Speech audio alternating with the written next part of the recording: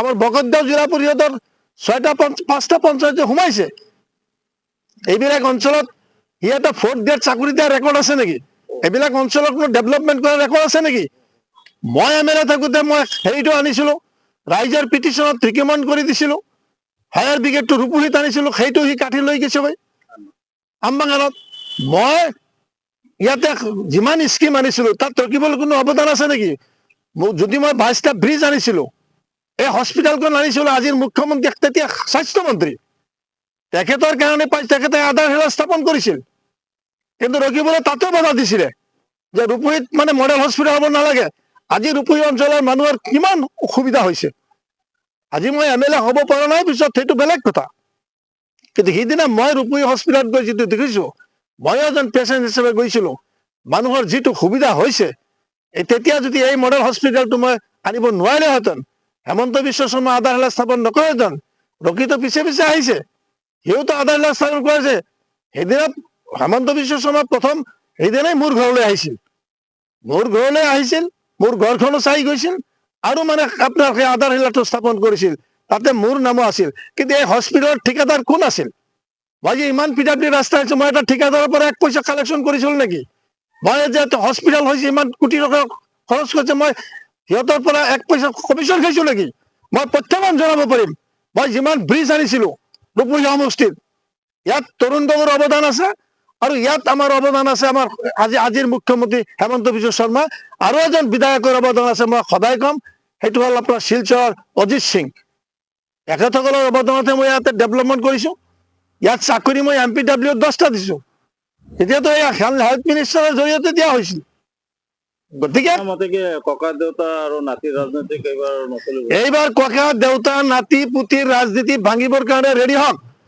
অসমৰ বিশেষকৈ অসমত কি হয় আমি সেইটো নাজানো, কিন্তু চামাগুৰি বাহিনী ৰাইজক মই অনুৰোধ কৰিম, আপোনালোকে কোনে AGP কৰে, কোনো BJP কৰে, কোনে কংগ্ৰেছ কৰে, এইবিলাক মোৰ কনচাৰ্ণ নাই, কোনে UDF কৰে, কিন্তু আপোনালোকে এজন যোগ্য প্ৰাৰ্থীক AGPৰ পৰাও যদি পায়, UDFৰ পৰাও যায়, যাৰ পৰাই পায়, কংগ্ৰেছেতো তাৰ ল'ৰাটোৱে আহিব।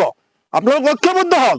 যেতিয়া আপোনালোকে ভোটটো দিব, এক ৰাতিৰ ভিতৰত সিদ্ধান্ত কৰি এনেকুৱা কৰিব যে কংগ্ৰেছৰ প্ৰাৰ্থীজন যদি ৰকিবুলৰ ল'ৰাই হয়, আৰু 3rd টাইম তাৰ হেৰি পুতি যাতে যাব নোৱাৰে, আপোনালোকে ৰেডি হৈ যাওক, মজবুত হওক, ইয়াৰ বিৰুদ্ধে আপোনাৰ আৱাজ উঠাওক, ঐক্যবদ্ধ হওক। চামাগুৰি বাহিনীক মই অনুৰোধ জনাইছোঁ, এইবিলাকৰ কি অৱদান আছে? অসমৰ সংখ্যালঘু আন্দোলনত ৰকিবুলৰ 1 পইচা অৱদান আছে নেকি? ক'ব পাৰিব? তাৰ ল'ৰাই ক'ব পাৰিব?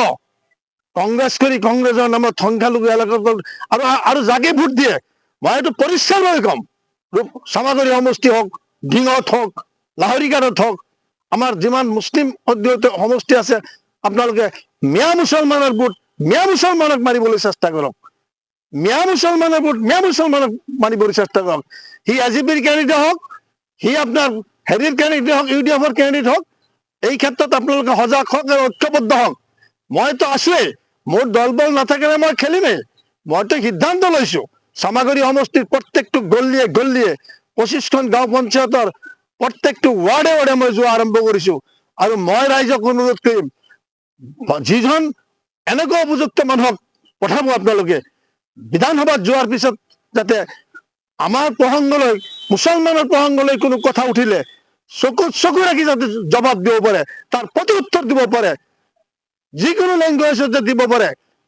ইংৰাজীত হলে ইংৰাজীত দিব, হিন্দীত হলে হিন্দীত দিব, উৰ্দুত হলে উৰ্দুত দিব, অসমীয়াত হলে অসমীয়া দিব।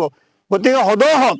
মই চামাগুৰি সমষ্টিৰ, আজিৰ চামাগুৰি সমষ্টিৰ 25টা গাঁও পঞ্চায়তৰ প্ৰত্যেকজন ভোটাৰক মই অনুৰোধ জনাইছোঁ, আপোনালোকে ৰেডি হওক, ঐক্যবদ্ধ হওক।